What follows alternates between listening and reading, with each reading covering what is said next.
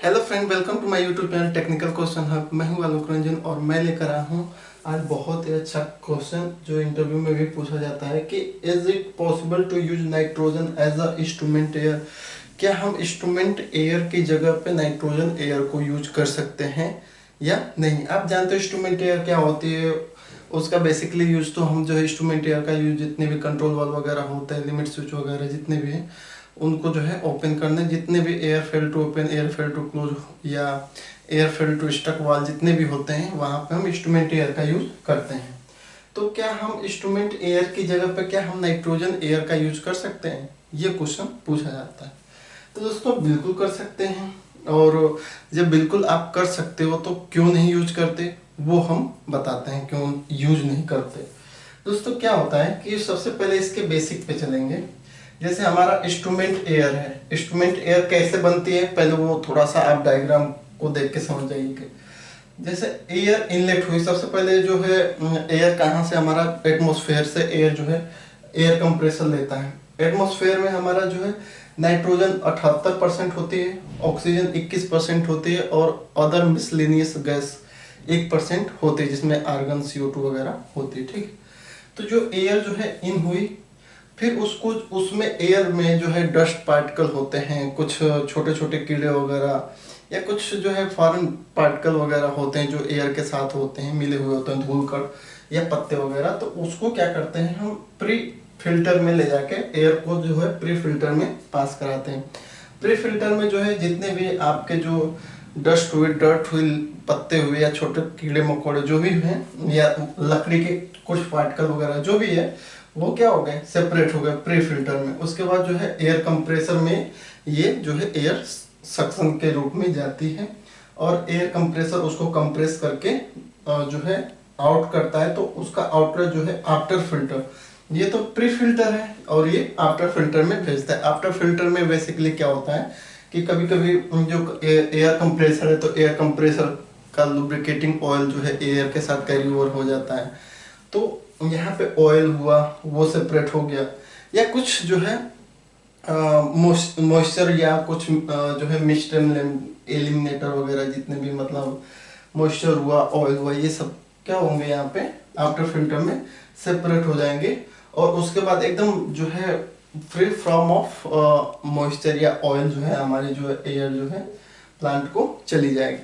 अब उस instrument air की प्रॉपर्टी देख लेते हैं क्या होता है। उसका प्रेशर लगभग 5 से 7 kg होता है जो हम प्लांटों में यूज करते हैं, उसकी बात मैं बता रहा हूँ दोस्तों। उसका टेम्परेचर 40 डिग्री के आसपास होता है, डर्ट बिल्कुल नहीं होती, मॉइस्चर बिल्कुल नहीं होता, और गैस की जो कंपोजिशन है, इंस्ट्रूमेंट एयर गैस की जो कंपोजिशन है उसमें क्या होता है, उसमें नाइट्रोजन वही 78%, ऑक्सीजन 21% और 1% आपकी मिसलिनियस गैस होती है।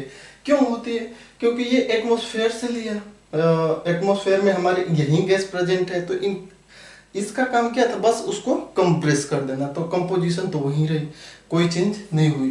तो ये ऐसी। अब इसकी ड्यू पॉइंट देखते हैं। तो जो ड्यू पॉइंट जो होते हैं इंस्ट्रूमेंट एयर की, वो जो है 5 से 7 kg के बीच में, वो उसकी जो ड्यू पॉइंट टेम्परेचर होता है वो -20 डिग्री होता है। दोस्तों ड्यू पॉइंट टेम्परेचर क्या होता है, ड्यू पॉइंट टेम्परेचर या ड्यू पॉइंट किसी भी एयर का ये शो करता है कि वो जो है अपने साथ जो है कितने मॉइस्चर को होल्ड करके रखी है। अगर ये ड्यू पॉइंट टेम्परेचर अगर हमारा जो है जितना अधिक होगा, ड्यू पॉइंट टेम्परेचर जितना अधिक होगा उतनी ही वो एयर जो है मॉइस्चर को ज़्यादा होल्ड की रहेगी। मॉइस्चर जो होल्ड करने की कैपेसिटी है उस एयर की उतनी ही ज़्यादा रहेगी।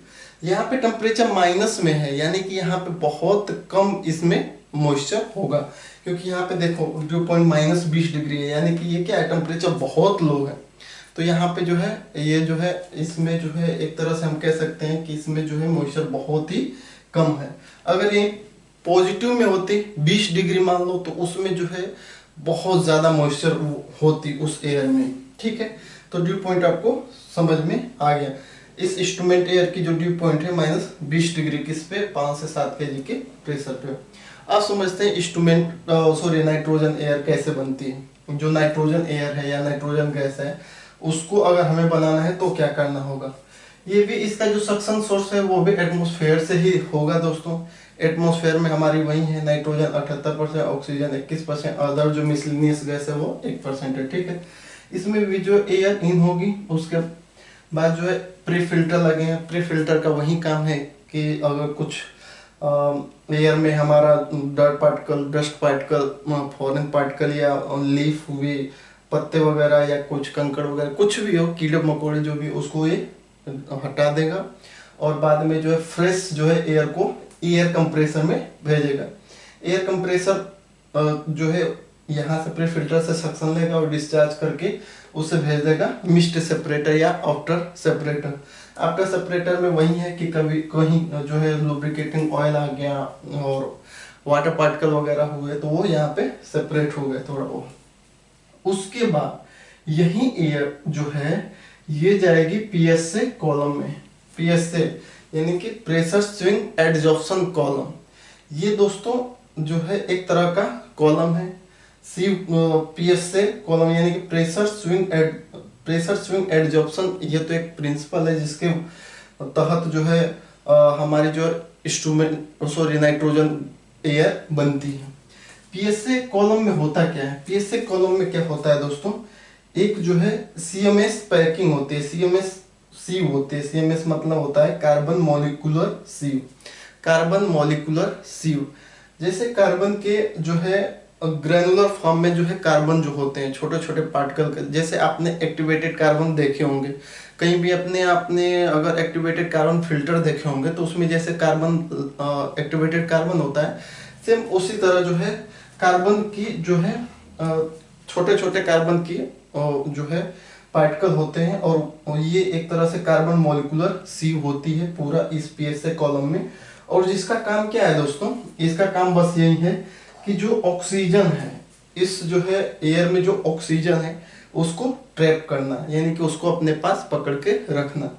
जैसे यहाँ पे अगर देख लो, एटमॉस्फेयर से हमारा 78% जो है नाइट्रोजन है, ऑक्सीजन कितना है 21% है। अगर हम ऑक्सीजन को ही ट्रैप कर लें तो वो आगे तो जाएगी नहीं, तो ऑक्सीजन हम रिमूव कर दें तो हमारा प्योर हमारा क्या आगे बढ़ेगा, नाइट्रोजन ही बढ़ेगा और 1% अदर जो है इनर्ट जैसे आर्गन, CO2 या जो भी है वो गैस बढ़ेगी। तो यहाँ पे जो है आपका यहाँ तक तो हमारा जो है एयर कंप्रेसर के बाद तो हमारा वही है जो है N2 हमारा एक तरह से 78% आया और जो है O2 हमारा 21% आया और अदर गैस हमारी 1% है यहाँ तक, ठीक है, कंप्रेसर के बाद, क्योंकि यहाँ पे कोई कंपोजिशन चेंज नहीं। लेकिन जैसे पीएसए कॉलम के बाद वो निकला तो वहां पे जो है हमारा जो है ये तो O2 हमारा क्या हो गया ऑक्सीजन, ये तो ट्रैप कर लिया क्या, कार्बन मॉलिक्यूलर सीव। दोस्तों कार्बन मॉलिक्यूलर सीव सेम वैसे ही है जैसे सिलिका होती है, मतलब इसका वर्किंग प्रिंसिपल जैसे सिलिका का काम क्या होता है, सिलिका का काम जो होता है वो मॉइस्चर को ट्रैप कर लेती है। आपने बहुत सामान खरीदे होंगे जैसे जूते वगैरह, नए जूते कभी आप ऑनलाइन ऑर्डर करके मंगाते हो या कोई भी चीज, कंप्यूटर या कुछ भी, तो आप उसमें देखोगे कि कार्बन जो है एक तरह से सिलिका जेल होती है। सिलिका जेल वहां पे क्या क्या करती है उस पैक में दोस्तों, वो बस ये करती है कि जूते मतलब उस पैक मतलब जो हमारी पैकिंग है उसमें ऑक्सीजन जो जितनी भी मॉइस्चर आएगा उसको वो क्या सिलिका जेल क्या करके एडजॉर्ब कर लेगी। एडजॉर्ब मतलब वो जो है उसको एडजॉर्ब कर लेगी। एडजॉर्ब जानते हो कि ये जो है सरफेस फिनोमेना, यानी कि इसके बाहरी सरफेस पे जो है जितने भी मॉइस्चर वगैरह हैं यहाँ पे ट्रैप हो जाएंगे और जो है फ्रेश उसमें बस एयर ही रहेगी, मॉइस्चर जो है वो सिलिका जेल एडजॉर्ब कर लेगी। सेम उसी तरह यहाँ पे क्या है, इसमें क्या हो रहा है कि नाइट्रोजन जो है बस वो इस कॉलम से पास होगी, बाकी जो है 21% आपकी जो ऑक्सीजन है वो जो है ट्रैप हो जाएगी किस पे, कार्बन मॉलिक्यूल सीव पे, यानी कि कार्बन के जो पार्टिकल है वो ऑक्सीजन को पूरी तरह से ट्रैप कर लेंगे, बाकी जो है नाइट्रोजन हमारी आगे बढ़ जाएगी। ठीक है, तो जब बढ़ी तो उसका जो है फाइनल आई तो उसका प्रेशर वही रहा 5 से 7 kg, टेम्परेचर 40 डिग्री मान लो, डर्ट उसमें भी नहीं है, मॉइस्चर इसमें भी नहीं है, गैस कंपोजिशन क्या रहा, ऑक्सीजन 5 से 10 ppm पार्ट पर मिलियन, 5 से 10 ppm बस क्या मिला, ऑक्सीजन मिला। हाइड्रोजन की बात करें तो बिल्कुल नील, और एक तरह से उसका जो है हमारा प्योरिटी अगर देखें, जो नाइट्रोजन जो निकला उसकी प्योरिटी देखें तो उसकी 99.99%। बाकी जो है हमने ये बताया था 1% मिसलिनियस है, तो अराउंड जो है 1% या 0.01% जो है हमारा मिसलिनियस गैस निकलेगी। ठीक है, तो ये इसकी वो है कैसे ये प्राप्त हुआ और कैसे ये प्राप्त हुआ। अब बात आती है कि हम जो है इंस्ट्रूमेंट एयर का ही यूज करते हैं, नाइट्रोजन गैस का यूज नहीं करते एज ए इंस्ट्रूमेंट एयर। क्यों नहीं करते, अब चले देखते हैं। आपको मैंने बता दिया कि जो इंस्ट्रूमेंट एयर बनने की जो प्रोसेस है वो बहुत ही सुपर चीप है। क्या है दोस्तों, सुपर चीप, मतलब बहुत ही ज्यादा सस्ती। क्यों, क्योंकि बस एयर को कंप्रेस करके आपने ले लिया, यूटिलाइज कर लिया। लेकिन इसकी अगर बात करोगे, नाइट्रोजन एयर अगर बनाने की बात करोगे, तो नाइट्रोजन एयर जो है उसकी जो है टेक्नोलॉजी है या मैन्युफैक्चरिंग प्रोसेस है या ऑपरेटिंग कॉस्ट, फिक्स कॉस्ट जो भी है वो बहुत ही ज़्यादा है। क्यों ज़्यादा है, यहाँ तक तो सेम रहा, लेकिन यहाँ पे क्या है, PSA pressure swing adsorption column खरीदोगे, ये एक्स्ट्रा बहुत ही ज़्यादा हाईली जो है एक्सपेंसिव होता है। तो एक तो ये रीज़न है। आप ये बताओ कि अगर आपका काम जो है 10 रुपए में हो जा रहा है, तो आप वहाँ पे 100 रुपए क्यों लगाओगे, क्यों लगाओगे बताओ, कोई ज़रूरत तो है नहीं। जब आपका काम 10 रुपए में हो रहा है तो 100 रुपए में क्यों देना भाई, जब हमारा काम 10 रुपए में हो रहा है। ठीक है, तो यही एक वजह है, क्योंकि जो इसका यूज तो कर सकते हैं, लेकिन बस यही वजह है कि ये जो है इंस्ट्रूमेंट एयर बनाने की जो प्रोसेस है वो सुपर चीप है, बहुत ही सस्ती है। किसके कंपैरिजन, नाइट्रोजन के, नाइट्रोजन के बहुत ही एक्सपेंसिव। और दूसरी जो चीज है दोस्तों, दूसरी जो है चीज है वो है चिलिंग इफेक्ट। जब जब इंस्ट्रूमेंट एयर को की थ्रोटलिंग होती है, यानी कि जो है 4 इंच की लाइन से जो है ट्यूबों में जब हम भेजते हैं, जैसे 1/4 इंच की ट्यूबों में, बहुत पतली पतली ट्यूबों में जब भेजते हैं, तो इसमें जो है ज़्यादा चिलिंग इफेक्ट नहीं होता, यानी कि ये जो है चिलिंग इफेक्ट नहीं करती। आफ्टर थ्रोटलिंग ये चिलिंग इफेक्ट नहीं करेगी। बट जो है अगर आप नाइट्रोजन एयर की बात करोगे तो इनको जो है 4 इंच की, और अगर हेडर से आप जो है इंस्ट्रूमेंट की ट्यूब जो है 1/4 इंच या 1/8 इंच में पास कराओगे, तो वहाँ पे जो है नाइट्रोजन जो है चिलिंग इफेक्ट देगी, यानी कि उस वहाँ पे जो है वो ठंडी हो जाएगी। तो जब ठंडी हो जाएगी, चिलिंग इफेक्ट देगी, तो बहुत सारे इंस्ट्रूमेंट के ऐसे पार्ट हैं वो क्या हो जाएंगे दोस्तों। आप जानते हो कि कोई चीज़ अगर गर्म होती है तो फैलती है, और जब कोई चीज़ ठंडी अगर ठंडी होगी तो वो क्या हो जाएगी, सिकुड़ेगी। तो वो जो है एक प्रॉब्लम, एक टेंशन क्रिएट कर देगी उस इंस्ट्रूमेंट में, और इंस्ट्रूमेंट जो है उसकी एक तरह से आप कर सकते हो प्रोडक्टिविटी या उसकी जो है प्योरिटी डिस्टर्ब हो जाएगी, एक तरह से वो सही सेंस नहीं करेगा।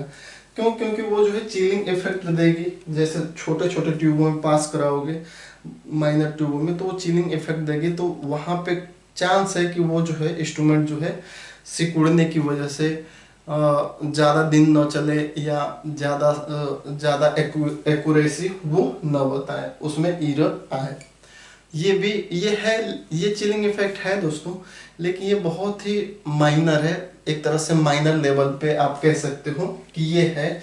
लेकिन जो है सबसे ज़्यादा मेन रीजन वो है दोस्तों सुपर चीप की, यानी कि बहुत ही सस्ती, बहुत सस्ती होने की वजह से हम इंस्ट्रूमेंट एयर का यूज करते हैं, और बहुत ही कॉस्टली होने की वजह से हम जो है नाइट्रोजन एयर का as a instrument air use नहीं करते। क्योंकि आपको मैंने पूरी तरह से बता दिया कि कैसे कैसे इसको प्राप्त करते हैं, कैसे इसको प्राप्त करते हैं। इसको डायरेक्ट जो है बस कंप्रेसर लगा दो और मिल जाएगी, और लेकिन इसमें कंप्रेसर के बाद आपको जो है पीएसए जो है प्रेशर स्विंग एडजॉर्प्शन कॉलम लगाना पड़ेगा, उसमें जो है कार्बन मॉलिक्यूल सील रखनी पड़ेगी, और उसको बार बार चेंज करने की जरूरत पड़ेगी, तो ये थोड़ा कॉस्टली हो जाता है। तो मेन तो यही है। दूसरा चिलिंग इफेक्ट भी आता है, लेकिन उसे बहुत ज़्यादा हाईली जो है नहीं कह सकते। मेन तो रीजन यही है। चिलिंग इफेक्ट को हम निगलेक्ट कर सकते हैं, कितनी होगी उसके अकॉर्डिंग हम कर सकते हैं, लेकिन ये भी है दो जिसकी वजह से हम नहीं कर सकते। तो आई होप आप बहुत अच्छे से समझ गए होंगे इसे। Thanks for watching. जय हिंद।